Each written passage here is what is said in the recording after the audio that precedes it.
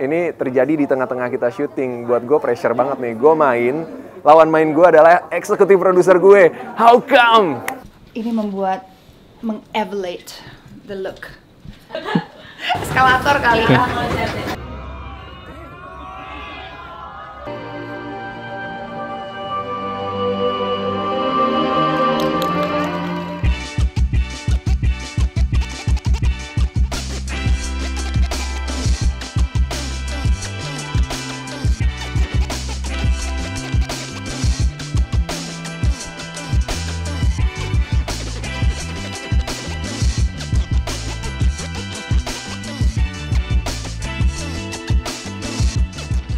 Oke, ini udah ready. Kita udah mau tinggal presscon sama premiere. Hari ini agak sedikit berbeda, walaupun modern, kebaya Javanese, tapi modern, edgy, dan flawless. Makeupnya kelihatan sangat sheer, but a lot of depth di dalam situ.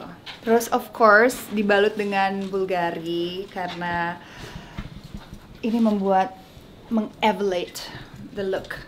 Elevate maaf. Oh iya. Kok elevator dong? Eskalator kali ya. Ya udah gitu deh. Oke deh. Next, let's go.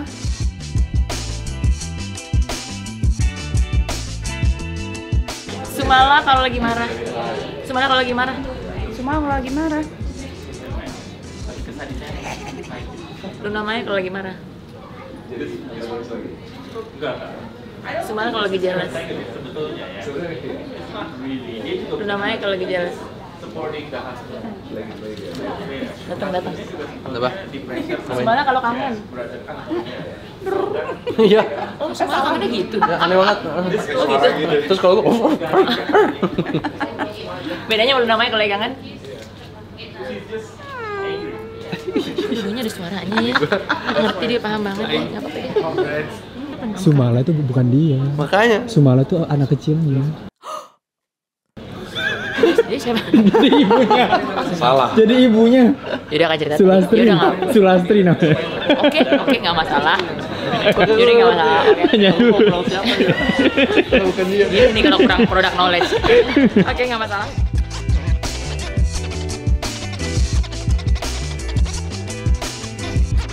Mungkin angle yang berbeda. Saya promosiin juga, saya di sini sebagai eksekutif produser. Wow. Jangan gitu. Malu. Saya berperan sebagai Sujiman. Sujiman itu boleh diceritain dong Pak? Suaminya Sulastri ceritanya. Bapaknya Kumala dan Sumala. Soalnya tadi pesannya nggak boleh spoiler. Oh oke. Tapi kalau jadi suami itu bukan spoiler. Bukan spoiler. Iya. Make sure aja. Halo, selamat malam. Makasih udah hadir.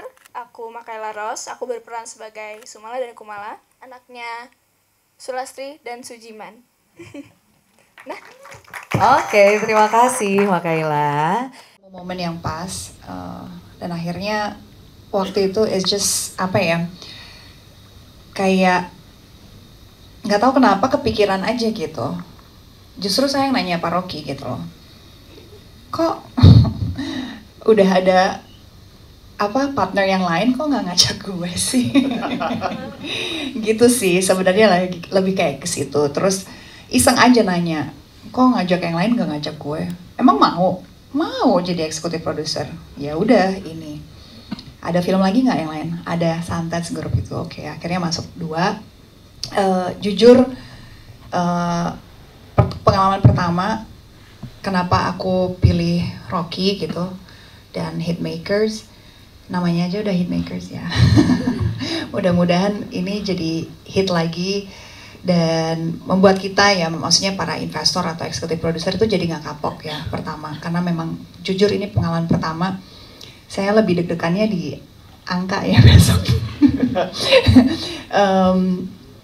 Dan memang udah apa ya, arahnya pengennya lebih ke sana sih gitu. Jadi memang sekalian belajar juga gitu, dan kita juga bisa lebih apa ya, memiliki juga gitu. Bagaimanapun juga kan kita main di situ, terus kita juga as a producer eksekutif gitu, jadi kayak ngerasa lebih ya pengen all out lagi promonya dan lebih berasa apa ya, baby-nya juga gitu. Dan ya alhamdulillah project kedua juga di Hitmakers, Segoro Pitu, Santet. Mudah-mudahan juga lancar dan jangan lupa project berikutnya lagi. Doain aku. Jadi supaya kita nggak kapok ya, jadi supaya perfilman Indonesia juga semakin berkembang, semakin baik juga gitu. Jadi aku rasa memang arahnya aku pengen ke sana gitu. Jadi ya mudah-mudahan lah.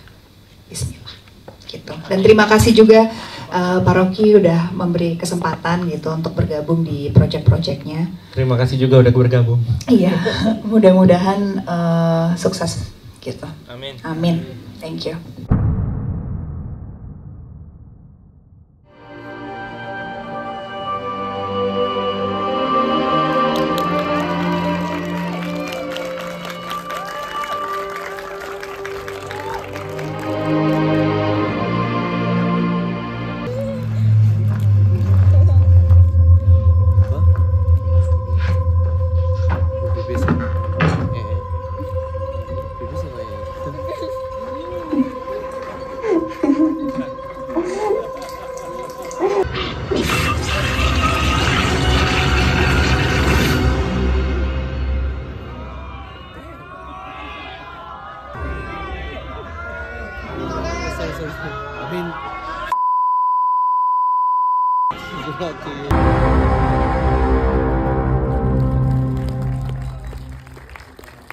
Kuelan aku didorosu, kuelan aku dadi sajimu.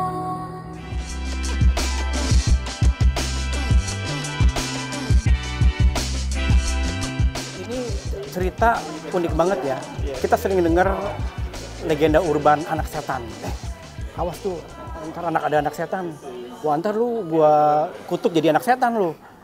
Tapi selama ini belum ada film yang bener-bener ngulik banget anak setan itu seperti apa, baru cerita di film Sumala ini. Sangat dikulik apa itu anak setannya, asal usulnya, bagaimana dia itu lahir, bagaimana dia terbentuk sampai dia akhirnya menjadi ya anak setan itu. Jadi menurut saya di film Sumala lah benar-benar terlihat legenda anak setan itu seperti apa. Sulastri dan yang diperankan oleh Luna dan Sujiman yang diperankan oleh Darius adalah dua karakter yang sangat keras, sangat memiliki kepribadian yang keras ya gitu loh. Tapi pada akhirnya kita mencoba mencari humanisme di kekerasan itu.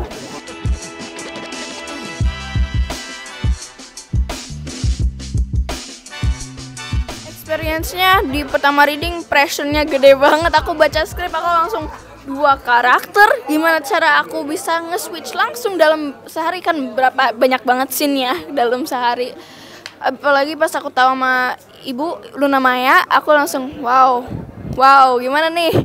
Aku harus selalu bagus nih di depannya. Tapi nice banget ya, humble banget ya.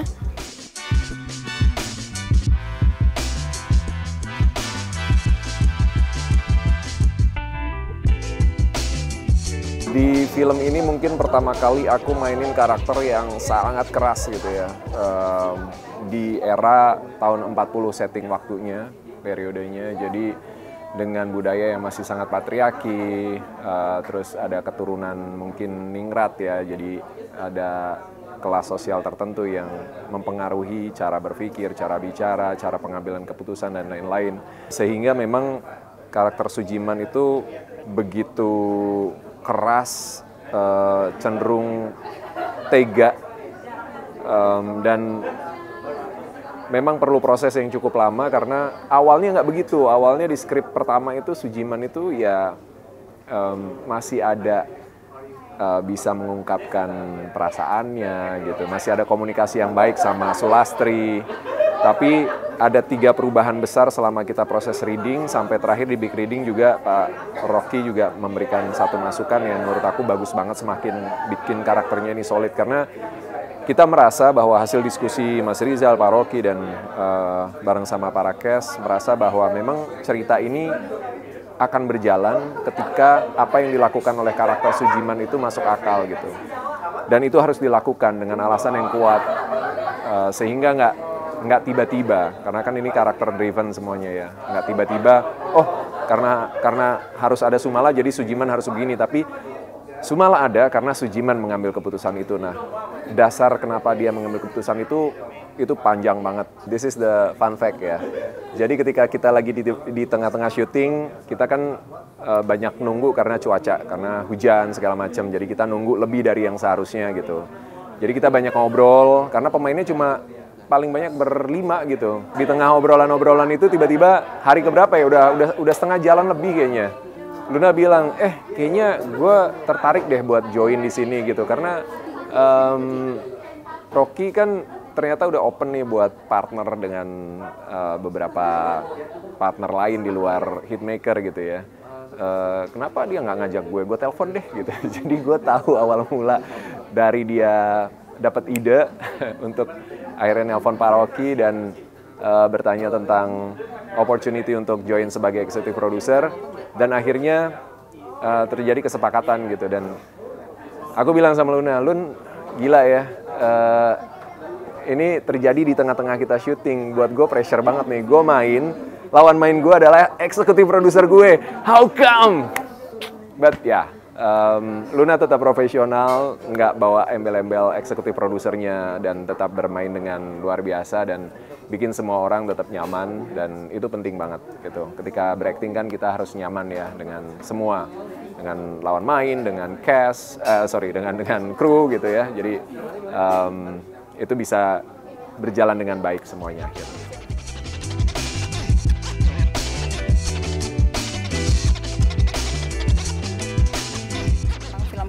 Pokoknya seru banget, jangan lupa nonton Gore, ya. thriller, tegang. Ini Baba nih yang banyak Psychopath nih. gitu, creepy vibes. Yang udah nonton dan udah lihat diri sendiri ya Bapak ya. Di bioskop tanggal 26 September 2024, Sumala.